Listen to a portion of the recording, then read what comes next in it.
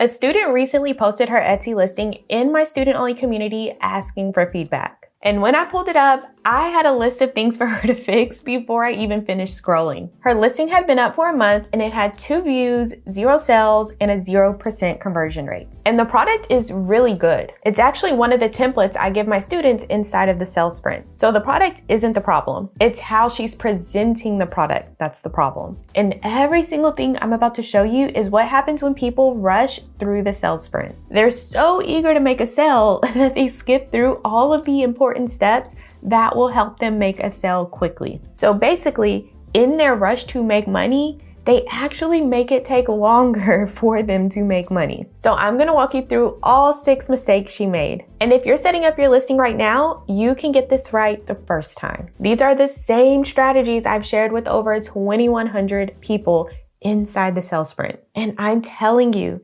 if you follow the process, it works, and I have the receipts to prove it. So let's hop into the first thing I noticed. Mistake number 1, her listing photos were just flat images. So she designed her summer planner, exported it as a PNG, and then uploaded that straight to Etsy. So there was no mock-up, no styling, just the raw PNG file on the Etsy background. And on Etsy, this looks unfinished. Your photo isn't just showing the product. It's doing the selling before anyone even clicks. It's the first thing a buyer sees when they're scrolling through search results. So if it doesn't stop them from scrolling, nothing else matters. Think about it like this. If you are walking in a shopping mall and you walk past 2 different stores, one store had a beautifully dressed mannequin. The other store just had the clothes thrown on the floor. Which one of those stores are you gonna go into? Now that's what's happening when you just throw up an image of your product. So let me show you these 2 listings. It's the same type of product and they are both bestsellers. So you see how the product is placed inside of a real scene. So it's styled. It feels complete. A buyer can look at the photo and immediately imagine themselves using it. That's what a good listing photo does. It closes the gap between what is this and I need this. Her photo doesn't do any of that. It just shows a PNG file. You have to understand that just listing a trending template isn't going to make you sales. You also have to know how to list it correctly on Etsy. The photo is just one piece. You need the title, the tags, the price, the setup. It all works together. And that's the process I walk you through inside the sales sprint. So the next thing she did was a very good idea, but the execution failed. And that's mistake number 2. She repeated the same 2 images across all 20 listing photo slots. So she filled all 20 image slots. And I actually love that she did that because most people don't, including me. But when I clicked through every single one of them, it was the same 2 images over and over and over again. And I'm not even gonna lie, at first I thought it was some type of glitch, like I was accidentally clicking the same images. But then I noticed when I looked at the images, it was just repeating over and over and over again for all 20 photo slots. And that is a problem. Etsy gives you 20 slots because buyers have questions. And every photo is your opportunity to answer the next question before they even have to ask. So let's look at this best-selling listing selling a similar product. So this first photo stops the scroll because of contrast. They have a dark brick background.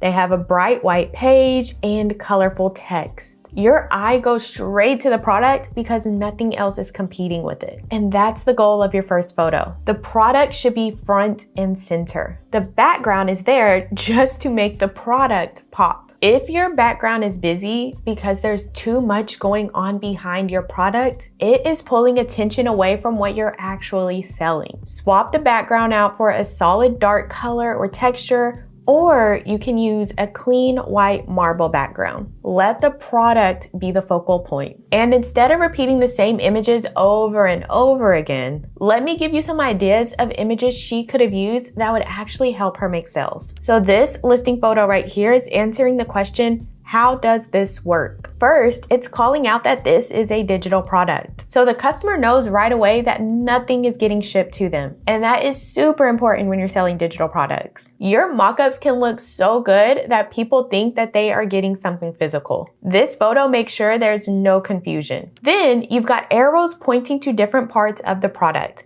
So they are telling the buyer they can add in their own dates and that there's dedicated space for reminders and key events. And then at the bottom, it says, this is not an editable or fillable file.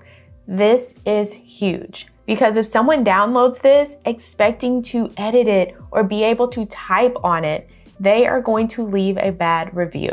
This one photo stops that problem before it starts. Your listing photos don't just show the product. They answer questions before the buyer even has to ask. Her listing had none of that. A buyer could look at her photos and still have no idea how it works, whether it's digital or physical, or what they actually get when they check out. We want to be crystal clear about what the customer is getting. That clarity is what gets people to click add to cart. Now, this is another example of a listing photo that my student could have added. When you are selling any kind of printable or template, you want to show them what the product looks like in use, not just what they'll receive. The previous photo showed the blank version. That's what the customer actually gets when they download it. But this photo shows what it looks like after someone starts using it. So the dates are filled in, the activities are written in. It looks like a real family's summer plan. And that's a really important distinction. Now the buyer doesn't have to imagine what it'll look like on their wall or in their home. You are already showing them. You're doing that thinking for them. And that's one less thing they have to figure out before they decide to buy. And it's also got the digital download badge on it again. And this means this seller is being super clear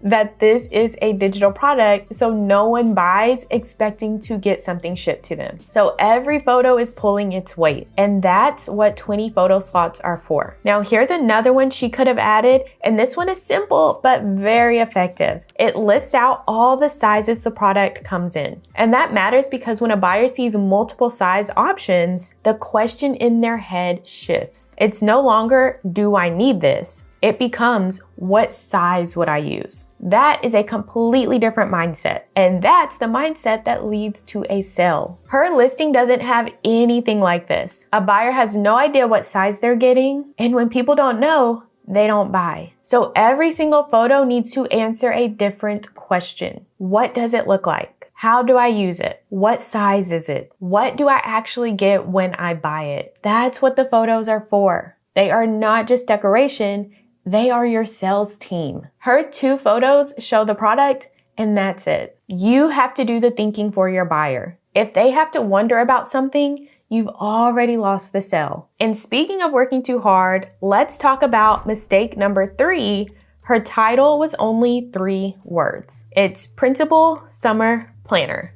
Just 24 characters. Etsy gives you 140 characters for your title. So think about it like this. If you texted a friend and said, I'm hungry, they'd have no idea what you want. But if you said, hey, do you know of any Italian restaurants that have a good kids menu and it's about 20 minutes from the house? Now they can actually help you. That's what your title is doing on Etsy. The more specific you are, the easier it is for Etsy to match your listings to the right buyer. Printable Summer Planner could mean anything. It doesn't tell Etsy who this is for, what's inside it, or what problem it solves. So Etsy has no idea who to show it to. You're making Etsy work too hard. The fix is to look at similar best-selling listings and study their titles. See what keywords they're using. See how specific they get. And then weave those same keywords into your own title. So you're not copying anyone. You're just learning what's already working from multiple bestsellers, and then you're giving Etsy more data to work with. And another thing she did that made it harder for Etsy to show her products was mistake number 4. She only used 2 tags. Etsy gives sellers 13 tag slots. That's 13 free chances to show up in search results. And she was like, nah, I'm good. I'm only going to use 2. So the 2 tags she used were Summer Organizer and Summer Planner. So let's look at what Everbee shows us about those tags. So Summer Organizer has a keyword score of 210, and that's actually really high. So this is a great tag to use. But Summer Planner has a score of just 10. So when you're picking tags, I like to aim for a keyword score of 50 or above. And if you're listing products and you're struggling to find tags with high keyword scores, you might be listing a product that is too saturated. A score of 10 means barely anyone is searching for that phrase, but there are a lot of listings competing for it anyway. It's like fishing in a pond where there are barely any fish, but hundreds of other people are fishing right next to you. Even if you're doing everything right, there's just not enough to go around. And then she left 11 of those slots completely empty. Think of your tags like entrances to a shopping mall. You have the Dillard's entrance, the JCPenney entrance, the food court entrance. Every time you leave a tag slot empty, you are locking the door. Right now, her listing only has one door that's actually open. That means 12 different groups of buyers who could have actually found her listing and made a purchase, they can't anymore. And it's not because they aren't looking, it's because she locked the door. If you want to see how to find tags that will get you more views, I broke down the process right here in this video. And if that wasn't already enough mistakes, there's another thing missing from this listing that Etsy actually rewards. And most sellers completely skip it. Mistake number 5, she had no listing video. So Etsy actually did a study on this. They found that listings with video get twice as many orders as listings with just photo. And less than 28% of sellers have a listing video. So this means if you add one, you're already ahead of the competition. And your listing video doesn't have to be complicated. You can do a simple screen recording of you scrolling through your product, or you can make animated listing photos right in Canva, which is the easier option that I like to do. And I actually walk you through how to make these animated listing photos in phase 3 of the sales sprint. So all you wanna do is keep the video under 15 seconds, and you don't even have to worry about sound because Etsy automatically mutes the video. So there's really no excuse not to have one. And now let's talk about this next mistake, which is very easy to overlook. Mistake number 6, she used the wrong quantity. Her quantity was set to 1. And I've seen people do this on purpose to help create urgency. So if buyers see only one left in stock, they may feel like they need to purchase right now. But here's the problem with that strategy. When that one quantity runs out, your listing goes out of stock. And while we are waiting for you to manually go in and add more, no one can buy your product. So you are creating a scenario where you literally cannot make sales. And for a digital product, that's the last thing you want. Because unlike a physical product, you're not actually running out of anything. You can sell this same file 1,000 times because there is no inventory and no limit. So when I knew that solidified for me that she did not watch the videos in the sales sprint, because I literally show you where to find the quantity section, and I show you to put 999 there so you do not run out of stock. Because here's what nobody tells you after you get your shop set up. You can have the perfect listing and still have slow weeks. And that doesn't mean something is wrong. It's likely because you're missing some of the easiest ways to get a surge of sales on Etsy. And in this video, I show you exactly what those are.